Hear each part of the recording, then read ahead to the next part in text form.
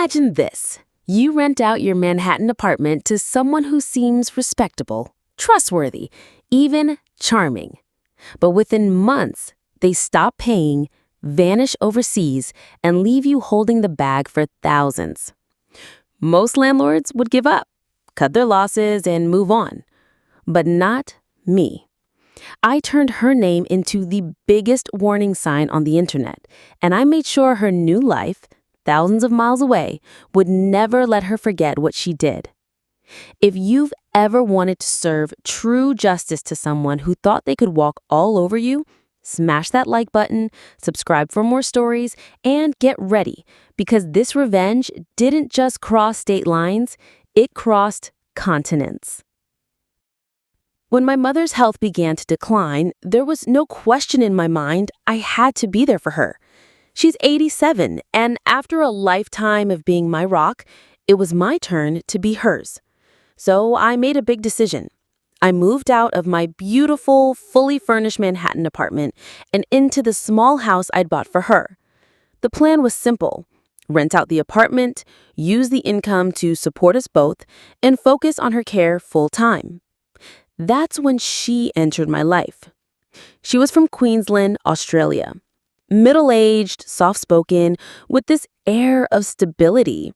She told me she'd lived in the same home for 30 years. No prior landlord references, but she claimed that was only because she'd been a homeowner. Her financials checked out.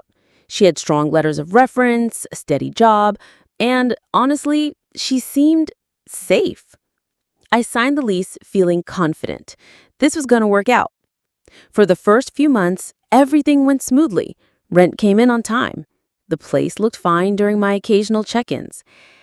And then month 7 hit. No rent. No explanation. I called, no answer.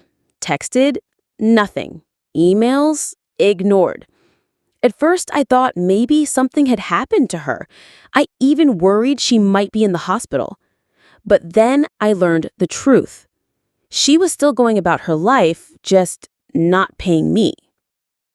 Weeks turned into months, and the financial hole deepened. I was hemorrhaging money. So I took her to housing court.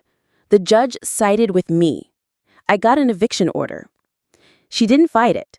She didn't even show up. She just disappeared.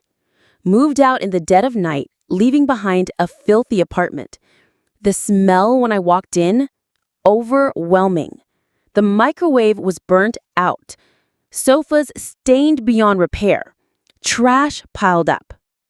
I sued her in small claims court for the damages, over $7,000 worth. And combined with the unpaid rent, she owed me a total of $23,000. The court ruled in my favor, but she had already fled back to Australia. And here's the thing. Chasing someone internationally for a civil judgment? Astronomically expensive, not worth the money. She knew that. She thought she'd won. But I wasn't about to let her swindle another landlord. Not if I could help. She had a very unique name, the kind of name that if you typed it into Google, there wouldn't be anyone else it could possibly refer to. So I bought her domain name. Let's call her Jane Smith. I bought janesmith.com. And then I built a website. Not some sloppy rant blog. No, this was professional, sleek, clear, and packed with facts. On the homepage, her full name and photo. Official copies of the financial judgments showing exactly how much she owed me. Photos of the apartment's condition after she left. The stained furniture. The destroyed microwave. The filth everywhere. The eviction notice from the marshal, complete with dates. Even the name of the club she frequented in Queensland to play bridge. I was meticulous. Every word, every picture was factual and legally sound.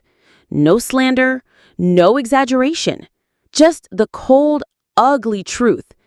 Then came the SEO work.